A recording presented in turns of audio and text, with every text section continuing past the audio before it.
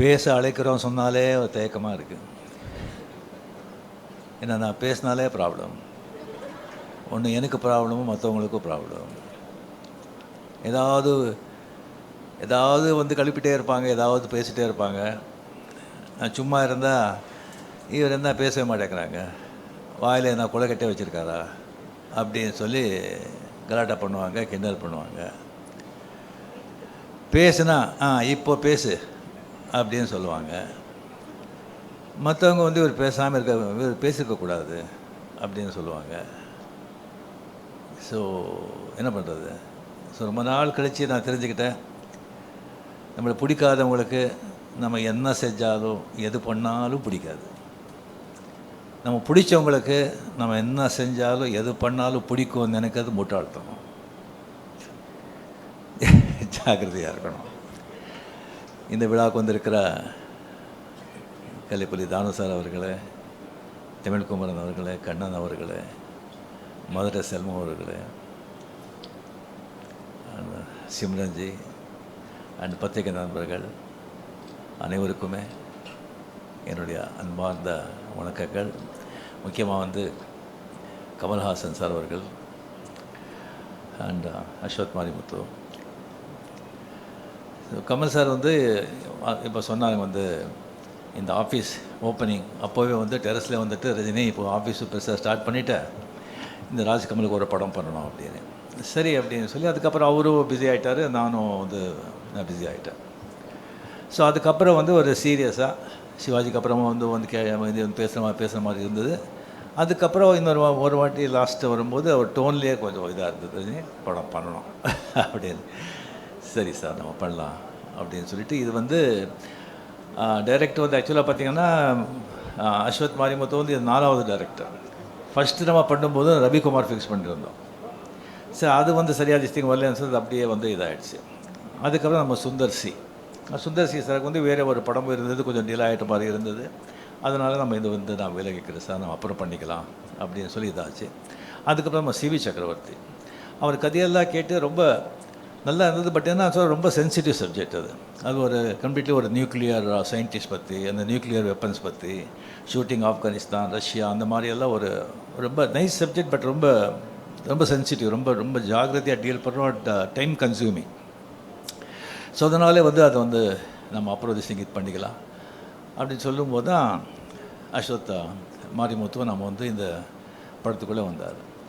இப்போ கமலில் முதலே சொன்ன மாதிரி இந்த டென்ஷன் எனக்கு வந்து ஏன் அப்படின்னு சொன்னால், கமல் வந்து கூப்பிட்டு ரஜினி நான் கதையும் கேட்க மாட்டேன், எதுவும் கேட்க மாட்டேன், நான் எல்லாத்தையும் உங்ககிட்ட விட்டேன், நீங்கள் என்ன சொல்கிறீங்களோ அதை நீங்கள் பண்ணுங்கள் அப்படின்னு சொல்லிட்டாங்க. அதே தான் பெரிய ஒரு டென்ஷன் ஆகிடுச்சு நமக்கு. ஃபுல் ரெஸ்பான்சிபிலிட்டி நம்ம போட்ட பிறகு அவ்வளோ பெரிய ஒரு ஜாம்பவான் சொன்ன பிறகு தான் எனக்கு வந்து அதுக்கப்புறம் வந்து அவர்கிட்ட நான் சொன்னேன், இல்லை கமல் சார் இந்த கதையெல்லாம் வேண்டாம், எல்லாம் நம்ம தலையில் கட்டிடாதீங்க, நீங்கள் கதையை கேட்டு நீங்கள் ஓகேன்னு சொன்ன பிறகு தான் நான் வந்து ஃபோர்ஸ் பண்ணி அந்த கதையை கேட்டார். ஸோ கதை கேட்டு நல்லா இருக்குது அப்படின்னு சொல்லி இந்த படத்தை வந்து நாம் வந்து இது பண்ணியிருக்கோம். டெஃபினட்டாக நாம் என்ன சொல்லி என்ன பண்ணால் கூட அஸ்வத் மாரிமுத்து மேலே வந்து பெரிய ஒரு ரெஸ்பான்சிபிலிட்டி இருக்குது. அதுக்காக எல்லாமே வந்து உங்கள் தலைமையில் நம்ம போட்டுட மாட்டோம். 100% நம்ம எல்லாம் சேர்ந்து it's a group work, it's a combined work, it's a team work. எல்லாமே சேர்ந்து நம்ம வந்து ஓன்லி சக்ஸஸ் நோக்கி தான் நாம் வந்து இதை உழைப்போம். டெஃபினெட்லி படம் நல்லா வருவாங்கிற நம்பிக்கை எனக்கு இருக்குது. Very energetic director, young blood.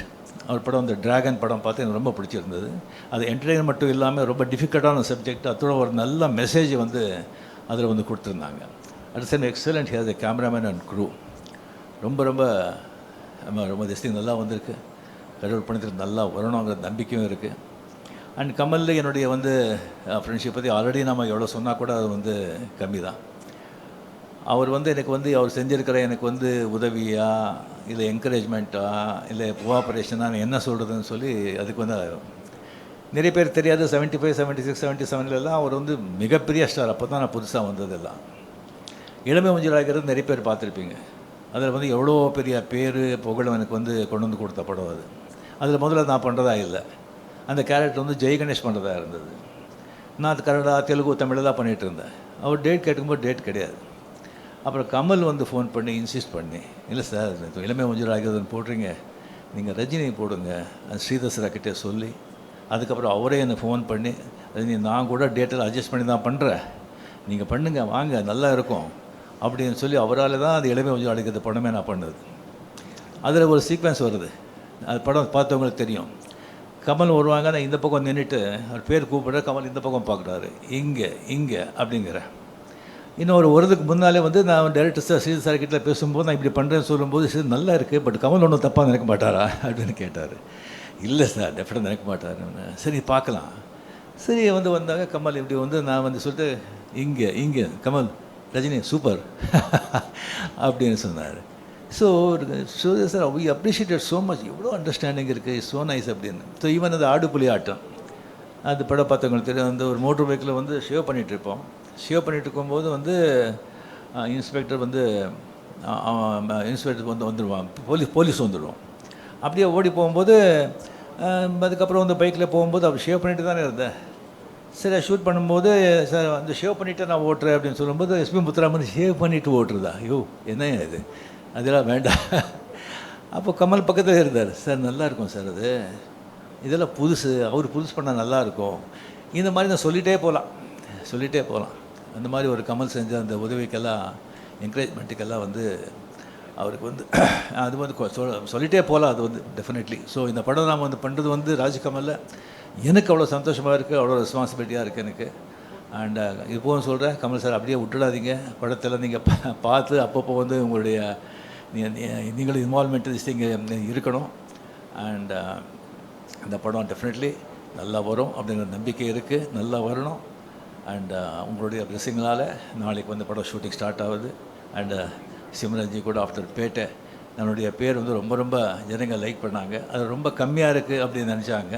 So இந்த படத்தில் ஃபுல்லாக நல்ல சீன்ஸு அண்ட் நல்ல கேரக்டர்ஸ் அதெல்லாம் இருக்குது. நல்ல ஒரு அஸ்வத் சொன்ன மாதிரி நல்ல ஒரு என்டர்டெயின்மெண்ட்டோட ஒரு நல்ல ஒரு த்ரில்லர் இந்த படம் with Anis music. And Lord but not least Mahendran, அவரை பற்றி என்ன சொன்னாலும் எவ்வளோ சொன்னாலும் அது கம்மி தான் ஆகும். ஏன்னா கமல் சார் மாதிரி ஒரு ஆர்டிஸ்ட்டு அவருக்கு அந்த மாதிரி ஒரு ரைட் ஆன் திஸ் திங் இல்லைன்னு சொன்னால் அது ரொம்ப ரொம்ப ரொம்ப கஷ்டம். ஏன்னா அவருடைய இதே வேறு, அவர் பணம் அது இதை பற்றியெல்லாம் அதெல்லாம் அவருக்கு சினிமா க்ரியேட்டிவிட்டி அதில் தான் அவர் வாழ்க்கையே. அதுக்கு கரெக்டாக அவர் போக்கில் விடாமல் கொஞ்சம் பிடிக்கிறதுக்கு மகேந்திரன் அந்த மாதிரி அவர் கிடைச்சது எனக்கு மிக மிக சந்தோஷம். நன்றி, தேங்க்யூ.